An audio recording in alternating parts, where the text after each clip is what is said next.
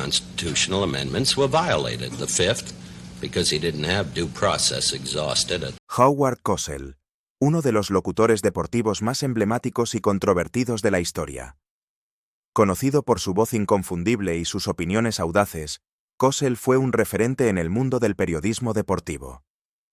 Cosell nunca rehuyó la polémica. Sus comentarios sinceros a menudo provocan debate, y a veces, indignación. Pero un fatídico comentario provocó su despido inmediato. Hoy desvelamos la historia del sorprendente despido de Howard Cosell.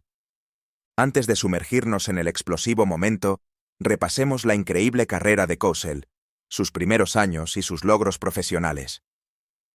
A lo largo de su infancia, Howard Cosell destacó académicamente a pesar de proceder de una familia judía de clase media. Mientras asistía a las escuelas públicas de Brooklyn, Cosell se distinguió académicamente y también fue miembro de los equipos universitarios de baloncesto y atletismo. Desde que se convirtió en jefe del departamento de deportes del periódico de su instituto, estaba claro que Cosell tenía un fuerte deseo de dedicarse al periodismo. Cuando Cosell era más joven, sus padres le animaron a seguir la carrera de Derecho, a pesar de su temprano interés por el periodismo. Además de tener éxito en todas sus actividades académicas, asistió a la Universidad de Nueva York y se licenció en literatura inglesa y en Derecho antes de cumplir los 21 años. Mientras estudiaba Derecho, cambió legalmente su apellido Cohen por el anglicismo Cosell. Tras licenciarse, trabajó como abogado para una famosa empresa de Manhattan, pero el destino se cruzó en su camino y se alistó en el ejército durante la Segunda Guerra Mundial. Cosell fue miembro del Cuerpo de Transporte del Servicio de Alistamiento del Ejército de Estados Unidos. Con el tiempo llegaría a mayor, y sería una de las personas más jóvenes en alcanzar ese nivel. Durante este periodo, Cosell conoció a Mary Edith Emmy Abrams, una sargento del WAC que más tarde se convertiría en su esposa, y establecieron su matrimonio. Tras la guerra, Cosell volvió a su bufete de abogados de Nueva York, donde llegó a representar a clientes notables como Willie Mays, un grande del béisbol. Sin embargo, 1953 fue el año que marcó un importante punto de inflexión en su vida profesional, ya que fue durante este año cuando su trayectoria profesional dio un importante giro a mejor. Iba a ser el presentador de un programa de radio en el que jugadores de béisbol de las ligas menores entrevistaron a jugadores profesionales de béisbol de las grandes ligas. Este fue el comienzo de una de las carreras más largas y notables de cualquier locutor deportivo importante en la historia de la industria de la radiodifusión deportiva de Estados Unidos. Al final, se determinó que la carrera legal de Cosell no fue más que un breve respiro antes de que el año 1956 llegara a su fin. Era imposible no responder cuando el micrófono te llamaba. Ejercía de locutor de play-by-play para las retransmisiones radiofónicas de fin de semana en ABC. Era un marco rápido de 5 minutos para sus comentarios deportivos, que él mismo ofrecía. Gracias a ello, alcanzó un mayor nivel de popularidad con el programa radiofónico ABC News Speaking of Sports, que se emitía a diario. Tras su debut en 1961, la voz de Cosell siguió siendo un pilar en el mundo de los medios deportivos en los años siguientes, hasta 1992. A partir de la década de 1960, Cosell comenzó a trabajar en la industria de la televisión. Entre 1961 y 1974, fue presentador de todos los programas deportivos de la WABC-TV de Nueva York. Su combinación de pasión y franqueza en las retransmisiones deportivas se convirtió en una de las señas de identidad de su ilustre carrera. Sus ataques a quarterbacks como Terry Bradshaw, por ejemplo, a menudo podían resultar tan ofensivos para los aficionados. En 1970, también fue importante en la concepción del Monday Night Football, que se emitía en ABC. Con Cosell como presentador, el programa superó el ámbito de la simple información deportiva para convertirse en un pilar del panorama estadounidense. La carrera de este hombre estuvo marcada por la década de 1970. Su extravagante personalidad encajaba de forma natural en la plataforma del Monday Night Football, que le servía de lienzo adecuado. Como resultado de su voz estentórea y su enorme seguridad en sí mismo, que en ocasiones rayaba en la arrogancia, recibió el apodo de El Humilde Howard, tanto de devotos seguidores como de críticos mordaces. Por otra parte, Fue precisamente este atrevimiento, junto con la química que existía en antena entre Cosell, Don Meredith y Frank Gifford, lo que transformó el Monday Night Football en algo que era innegablemente un tesoro nacional. Meredith, el ex quarterback desenfadado, y Cosell, con sus declaraciones directas y sus firmes convicciones, desarrollaron una animada charla en directo que parecía hecha a medida el uno para el otro. Las declaraciones de Cosell eran elocuentes y sus opiniones inquebrantables. La seña de identidad de Meredith, el estribillo del partido, que se emitía cuando un partido estaba ya fuera del alcance de uno de los contrincantes, se convirtió en una especie de eslogan nacional por derecho propio. La noticia del fallecimiento de John Lennon fue comunicada a la D-Nation por Cosell durante una retransmisión de Monday Night Football en 1980. Este acontecimiento tuvo una enorme influencia en el movimiento. A mediados de la década de 1970, en lo que respecta al Monday Night Football, las habilidades y vivaces personalidades de este trío produjeron una sensación que se hizo inolvidable. Como consecuencia de la disminución de la asistencia a las salas de cine en las noches de partido, quedó muy claro que este programa era capaz de mantener la atención del espectador. Gracias a sus papeles, Cosell, Meredith y Gifford pudieron trascender los confines de la radiodifusión y convertirse en superestrellas. Cada uno de ellos había logrado esta extraordinaria hazaña. La relevancia cultural del programa quedó demostrada por el hecho de que su cabina recibiera la visita de personajes notables como John Lennon y el mismísimo Ronald Reagan. Mientras que Gifford era la voz tranquila, profesional y clara de la retransmisión, Cosell y Meredith eran los que proporcionaban la pirotecnia en antena. La presencia de Cosell y Meredith proporcionaba un magnífico equilibrio a sus cambios, que pasaban del entusiasmo desenfrenado a la furia y el resentimiento. No cabe duda de que esta combinación inicial de MNF causó un impacto significativo en el mundo, a pesar de que solo pudieron compartir la cabina durante un total de 5 temporadas. El final de una era para el Monday Night Football se vio marcado por la jubilación de Cosell tras la conclusión de la temporada de 1983. Pero el trío había echado raíces sólidas en los primeros años, asegurando así el legado duradero del programa como institución cultural y una de las ofertas más queridas de la televisión. Más que una voz de sombrero graciosa, el lado serio de Cosell comenzó a mostrarse en 1981 con el programa magazine de noticias ABC Sports Beat. Esta media hora estaba lejos de ser un programa destacado que cubría noticias duras dentro del mundo del deporte. ABC Sports Beat demostró que Cosell era capaz de cubrir temas de fondo, demostrando que su profundidad periodística iba más allá de las meras ampollas en el mundo del deporte, pero su influencia fue más allá de las retransmisiones deportivas. Cosell tenía un programa de radio, Speaking of Everything, en el que solía entrevistar a líderes políticos contemporáneos, y lo hacía en nombre de la curiosidad intelectual. Creó su propia productora, Legend Productions, con la que realizó notables documentales deportivos que fueron emitidos por cadenas de televisión. Los logros de Cosell fueron prodigiosos y ampliamente reconocidos.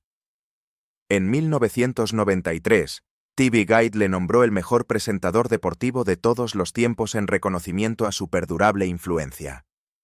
Ese mismo año, fue incluido en el Salón de la Fama de los Locutores Deportivos estadounidenses y en el Salón de la Fama de los Locutores y Redactores Deportivos Nacionales. 3 años más tarde, en 1996, se le concedió un Emmy póstumo al deporte por su trayectoria. Aunque consiguió llevarse el Peabody honorífico, todo lo relacionado con Howard Cosell lo eclipsa. Su asociación con Muhammad Ali es una pluma dorada en la gorra, marcada por la controversia que, sin embargo, sigue siendo un testimonio de la química en antena combinada con el respeto mutuo. Ese vínculo dinámico y una historia que merece ser investigada por sí misma empujaron a estos dos hombres más hacia el centro de atención y más hacia el respeto y la adulación. Cosell no era como la mayoría de los medios de comunicación que dieron la espalda a Ali en 1967, cuando el boxeador se negó a alistarse en el ejército por sus creencias religiosas. Desde entonces, sin embargo, un inquebrantable sentido de la decencia y de los sentimientos humanos pasó a formar parte del perfil de Cosell en las retransmisiones, al menos en lo que se refería a Muhammad Ali. Ali y Cosell compartieron una interacción inigualable. Este enfrentamiento, más sus amenazas de quitarle el peluquín a Cosell, crearon el valor de entretenimiento para atraer a los espectadores en lo que solo puede describirse como algo que nunca se había visto antes.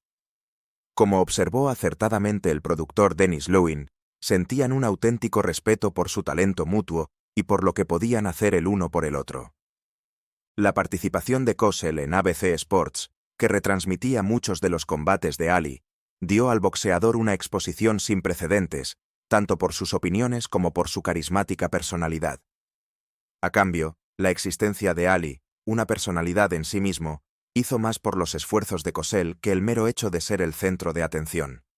Según algunos, era una relación mágica, mientras que otros la califican de simbiótica. Los dos gigantes apenas tenían interacción personal fuera del ámbito empresarial. Como comentó el productor Doug Wilson, cuando se juntaban, se producía la magia. Este dúo dinámico permaneció unido durante casi un cuarto de siglo, empezando con la llegada de Ali como Cassius Clay, y permaneciendo con él hasta el ocaso de su carrera.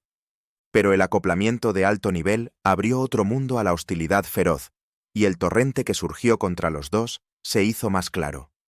En particular, en una época en la que Dick Young ejercía más influencia que quizás ningún otro escritor deportivo de Estados Unidos trabajando para el New York Daily News y el Post, tomó los teclados como uno de los titanes más despiadados. Implacable, se burló de Cosell sin pudor, llamándole fraude, imbécil y pomposo. La representación de los medios deportivos en general también despreciaba a Cosell. Para muchos escritores deportivos, era un odioso intruso televisivo que no tenía derecho a estar en su tradicional espectro de influencia. Su estrechísima relación con el ya polémico Muhammad Ali les convirtió en objeto de una avalancha de menosprecios y ataques gravemente abusivos. A pesar de todo, Cosell se mantuvo al lado de Ali, incluso cuando el boxeador se convirtió en un paria por rehuir el servicio militar y fue despojado de su título de los pesos pesados.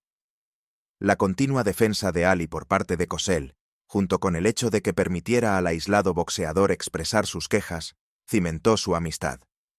También convirtió a Cosell en blanco de la ira de algunos de sus colegas. Sin embargo, sus respectivas aventuras, caracterizadas por su relación de respeto mutuo y en gran medida por ser rebeldes contra la corriente dominante, consiguieron capear los mares tormentosos de la expresión maldita. Se convertiría en un capítulo más en el legado de cada uno de ellos, y definiría claramente lo que una persona puede conseguir si realmente camina y lucha por lo que cree. Sin embargo, en los últimos años de su vida, Cosell sufrió un cambio en su personalidad. Vilipendió a muchos de sus antiguos colegas en los 2 libros que escribió. La gente con la que antes estaba más unido había percibido un cambio. Cosell parecía considerarse el juez supremo de la conducta humana.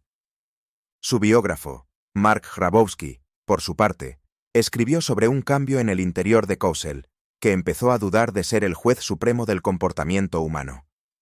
Muchos consideraban que esta disposición a criticar públicamente a antiguos amigos se alejaba de la personalidad que había desarrollado al principio de su carrera.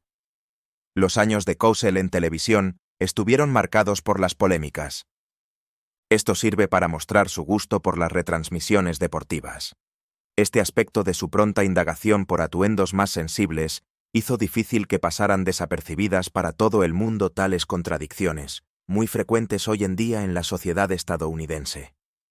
Permaneció en el negocio un total de 30 años, y se mantuvo hasta su salida en 1985, cuando se jubiló. Los años de Cosell en televisión, polémicos en el boxeo. También hay otro punto de inflexión crucial en la carrera de Cosell y en el deporte del boxeo que surgió más o menos en la época en que dejó de cubrir el boxeo. Tras la brutal pelea de 1982 entre Larry Holmes y Randall Tex Cobb, Cosell anunció su retirada de los comentarios de boxeo. Cosell, que se había erigido en una figura legendaria en el campo de las retransmisiones de boxeo, hizo una de las mayores contribuciones a la divulgación de este deporte durante unos 25 años, y también encumbró la personalidad de algunos de los principales boxeadores, como Muhammad Ali. Sin embargo, fue el combate Holmes-Cobb, que Cosell calificó de desastre, el que realmente marcó un antes y un después. El carácter unilateral del combate, en el que Holmes asestó 26 golpes seguidos a Cobb sin respuesta antes de que continuara la pelea, perturbó profundamente a Cosell. Después, Cosell prometió no volver a comentar un combate de boxeo, diciendo: «Estoy profundamente perturbado por la violencia en el boxeo. He visto a demasiados púgiles heridos y obligados a vivir situaciones brutales en el cuadrilátero». A la luz de la cavidad más grande del aparato del boxeo, esto era para algunos observadores un gesto notablemente hipócrita, considerando la larga historia de Cosell con el deporte y su frecuente asistencia a algunos de sus espectáculos de brutalidad. Otros, sin embargo, discutían esa interpretación con extrema pasión. Sostenían que Cosell siempre había sido sincero, pero que había llegado al límite de su ingenio con toda la violencia y corrupción que estaba presenciando en el deporte. La marcha de Cosell del boxeo se consideró un golpe devastador para el deporte, ya que desempeñó un papel muy importante en la aparición del boxeo entre el gran público y ayudó a encumbrar las carreras de muchos púgiles, entre ellos el propio Ali. Algunos, como el ex campeón de los pesos pesados Larry Holmes, llegaron a afirmar que Cosell debería entrar en el Salón Internacional de la Fama del Boxeo antes de su propio fallecimiento en 1995, solo por su refuerzo positivo de este deporte.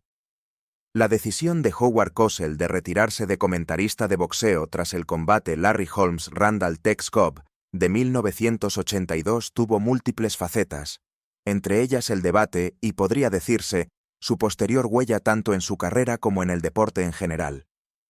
Pero de nuevo, el efecto de Cosell en el ámbito del deporte se extendió de hecho más allá del cuadrilátero de boxeo. El saludo de Cosell al poder negro tuvo una presencia destacada en ABC Sports durante los tormentosos Juegos Olímpicos de verano de 1968 en Ciudad de México, sobre todo en relación con la ahora famosa manifestación del Black Power de los corredores estadounidenses Tommy Smith y John Carlos.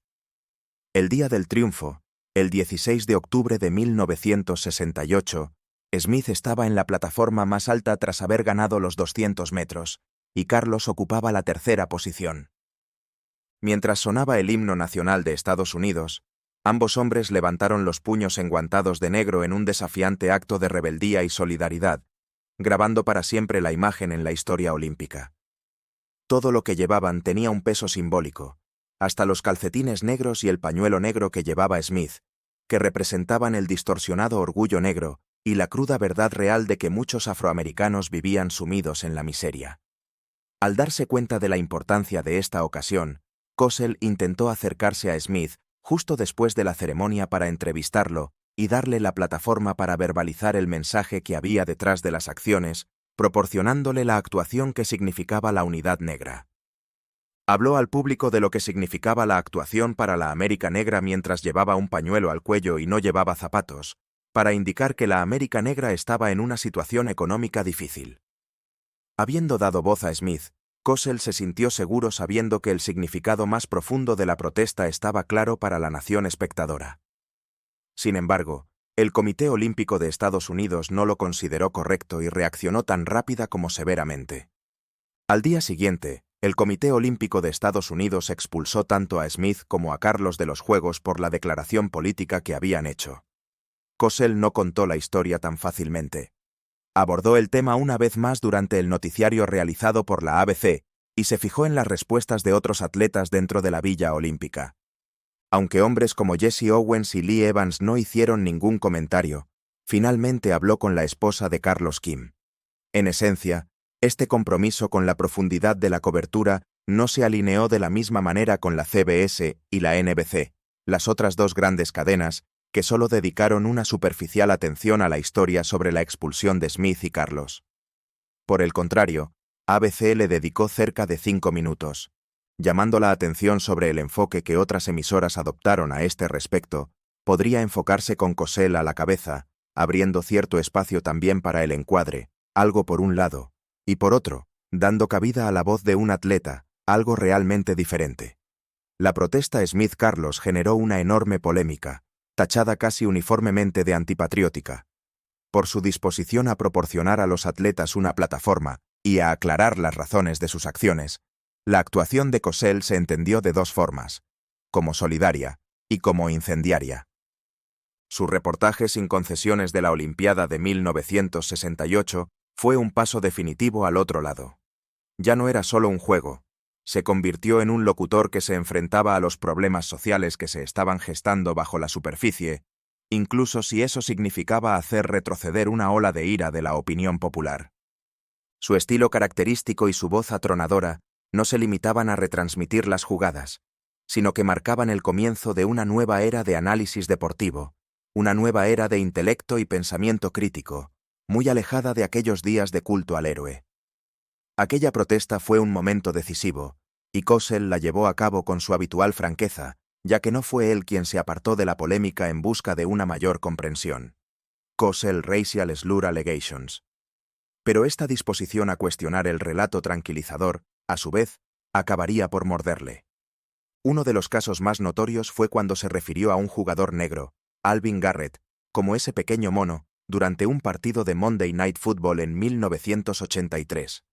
La indignación no se hizo esperar.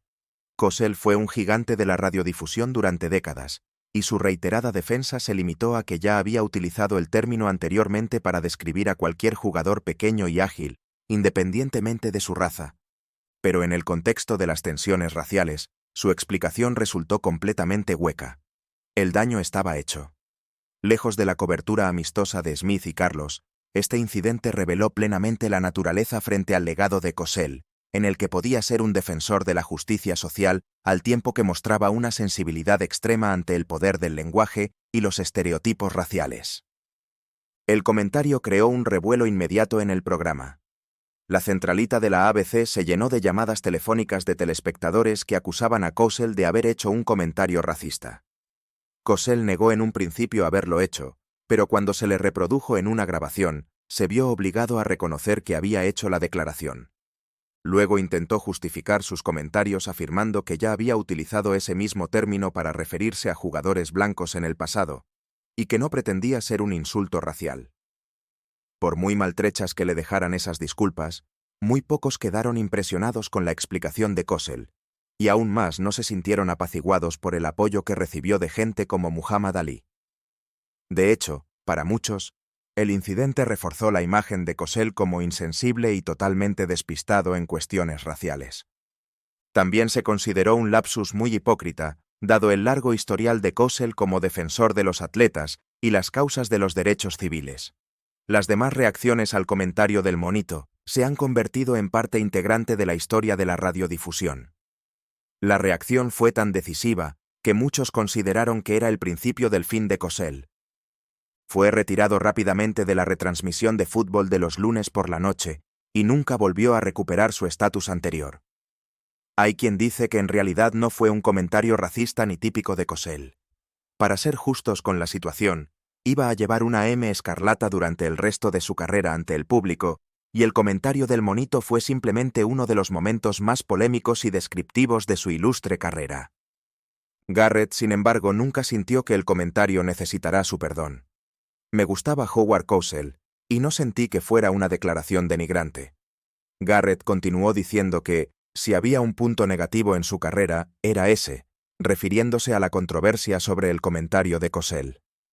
Pero él mismo no recordaba ningún momento de su larga amistad en el que estuviera enfadado con Howard.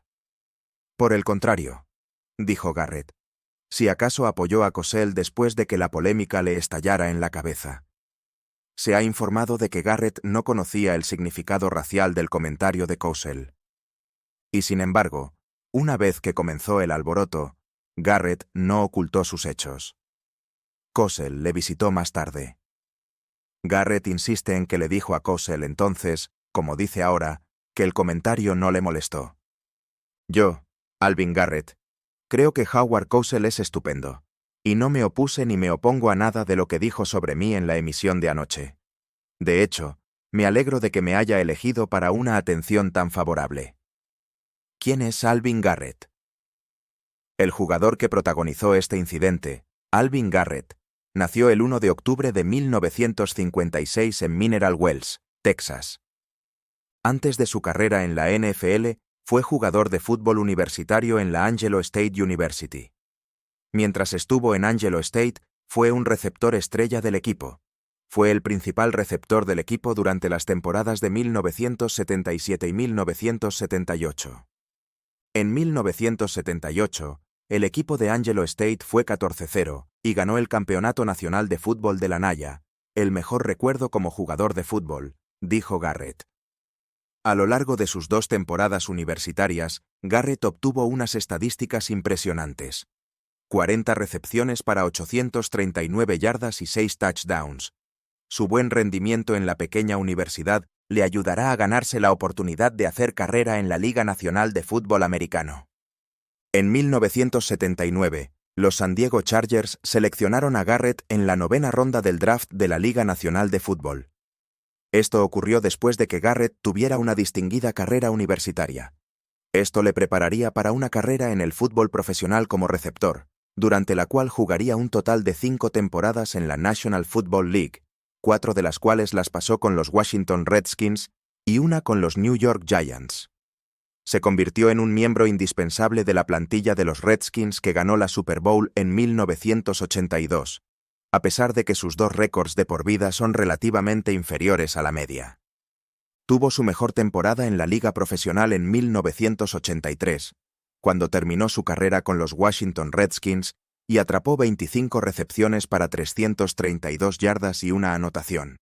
Sin embargo, el acontecimiento más famoso que tuvo mientras vestía la camiseta de los Redskins ocurrió durante los playoffs de la Liga Nacional de Fútbol Americano en 1982, cuando fue utilizado como sustituto de Art Monk, que estaba lesionado y comenzaba el partido.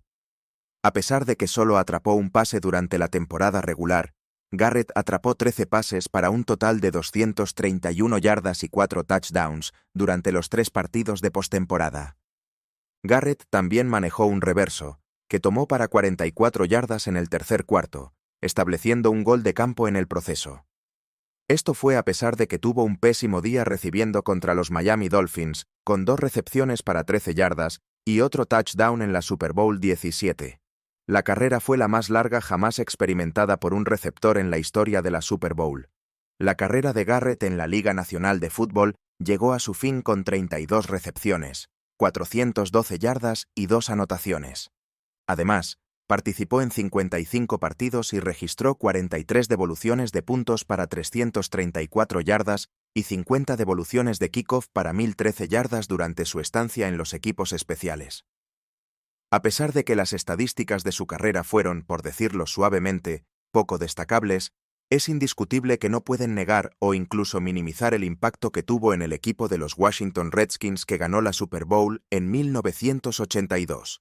Como resultado de su actuación en la Super Bowl 17, que quedará grabada de forma indeleble en los anales de la historia de la NFL, ahora se le considera uno de los mejores jugadores de la liga. Sin embargo, las consecuencias de la tragedia del pequeño mono no se limitaron al ámbito del atletismo, sino que se extendieron mucho más allá. Sin embargo, a pesar de la defensa pública que Garrett hizo de Cosell como un tipo al que quería y de su declaración de que no se iba a sentir ofendido por el comentario, el suceso siguió siendo un problema que perduró. Cosell fue abordado por Bobby Beathard, el general del equipo de Garrett, quien le informó de que Garrett estaba en realidad bastante enfadado con la reacción pública y quería publicar una declaración a su favor para calmar a la opinión pública. Este es un ejemplo de la brecha que se abre entre los propios sentimientos de Garrett y el público, que tiende a apegarse a frases concretas y a las implicaciones que llevan consigo. Incluso personajes conocidos como Jesse Jackson y Harry Edwards manifestaron su apoyo a Cosell, por considerar que las críticas vertidas contra él eran desproporcionadas. La desaparición de Emmy Cosell no solo tendría que hacer frente a las consecuencias del incidente, sino también a otros asuntos y preocupaciones personales. Emmy, su querida esposa, falleció en 1990 a la edad de 69 años debido a un ataque al corazón. Este trágico suceso ocurrió en 1990. La noticia de su fallecimiento le dejó en estado de shock y creó un importante vacío en su vida que definiría un punto de inflexión en su vida y en el resto de su vida para toda la eternidad. Howard Cosell la consideraba el miembro más ecuánime de su hogar. Antes de las cruciales emisiones de Howard, Emmy era la única que podía calmar su ansiedad y hacerle sentir más tranquilo. Antes de salir al aire, Howard la llamaba para pedirle su opinión. Era una costumbre que había adquirido. Inmediatamente después del fallecimiento de Emmy, Howard Cosell se volvió aún más resentido y distante. Se había afirmado que tenía problemas con la bebida y que, tras la muerte de su esposa, de 54 años, aumentó la cantidad de alcohol que consumía. Según el periodista deportivo Frank Deford, que escribió un artículo para la revista People, hay algunas fuentes que afirman que, tras la muerte de Emmy, Cosell se volvió resentido y distante. En su libro Cosell, Emmy's My Life, Cosell, Emmy es mi vida, publicado en 1973, hizo una declaración sobre su mujer que, a pesar de haber sido escrita entonces, sigue resultando increíblemente conmovedora.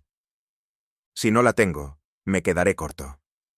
En ausencia de Emmy, no participará en el fútbol de los lunes por la noche, no viajaría y tampoco cruzaría el puente Triborough. Su fallecimiento ha dejado un importante vacío en la vida de Howard Cosell. En apariencia, parecía un individuo descarado y conflictivo. Sin embargo, su relación con su esposa era muy diferente. Cuando estaba en casa con sus hijos, Jill y Hillary, se le describe como un hombre muy diferente, educado y tranquilo. Perder a su roca y confidente fue una experiencia terrible.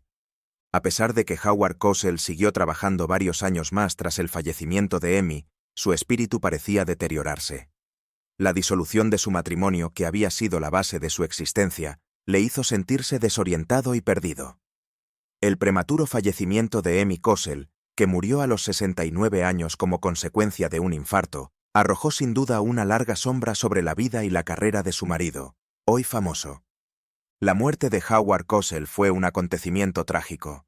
A pesar de que persiste durante un tiempo, el fuego que antes ardía con tanta fiereza bajo su caldero de transmisor se había apagado. Por desgracia, su salud era un reflejo del empeoramiento de su estado de ánimo.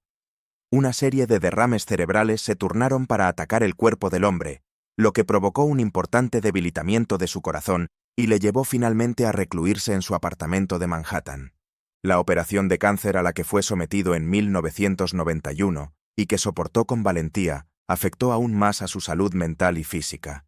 Muy demacrado, Cosell no era más que un cascarón de lo que había sido cuando falleció el 23 de abril de 1995, a la edad de 77 años. Había sido víctima de una grave desnutrición. Su estatura, antaño intimidante, se redujo al aspecto de un prisionero de guerra cuando fue capturado. La voz antes atronadora que había captado la atención de los aficionados al deporte durante décadas no era ahora más que un susurro áspero, prueba de los efectos negativos que sus enfermedades habían tenido en su salud física. Por otra parte, según el nieto de Cosell, la causa inmediata de su muerte fue una embolia que se produjo en su corazón. Siguió hablando cuando luchaba contra multitud de problemas de salud en el Hospital de Enfermedades Articulares de la Universidad de Nueva York, situado en Manhattan. Ese día, a las 4 de la madrugada, falleció. Especialmente difíciles para Cosell fueron los años que siguieron al prematuro fallecimiento de su esposa, Emmy, que murió en 1990 a consecuencia de un ataque al corazón. Tras 46 años de matrimonio, sufrió un dolor que a la postre fue en vano al perder a su compañera de vida y confidente. No solo se volvió más tímido y solitario, sino que su salud siguió deteriorándose a un ritmo alarmante. A pesar de que su salud se deterioró y se volvió más solitario en sus últimos años, Howard Cosell está y seguirá estando íntimamente ligado al ámbito de la radiodifusión. Se le considera uno de los más genuinos pioneros y fuente de inspiración en el mundo de las retransmisiones deportivas. Con su forma de escribir franca y enérgica y su deseo de abordar los problemas sociales a través del periodismo deportivo, estableció una nueva tendencia que revolucionó la profesión y dejó su huella en todas las generaciones posteriores. Durante el tiempo que trabajó en la industria de los medios de comunicación, fue una de las voces más identificables y lo acompañó de una personalidad inconfundible. Sin embargo, su legado, como el de muchos otros, no es del todo positivo. Como consecuencia de su propensión a decir lo que pensaba, Cosell fue en ocasiones una figura muy controvertida, sobre todo por sus declaraciones sobre la raza. ¿Qué opina del trato que recibió Howard tras sus polémicos comentarios racistas? ¿Crees que se lo merecía? Gracias por vernos. Comparte tu opinión sobre la carrera y el legado de Howard Cosell en los comentarios.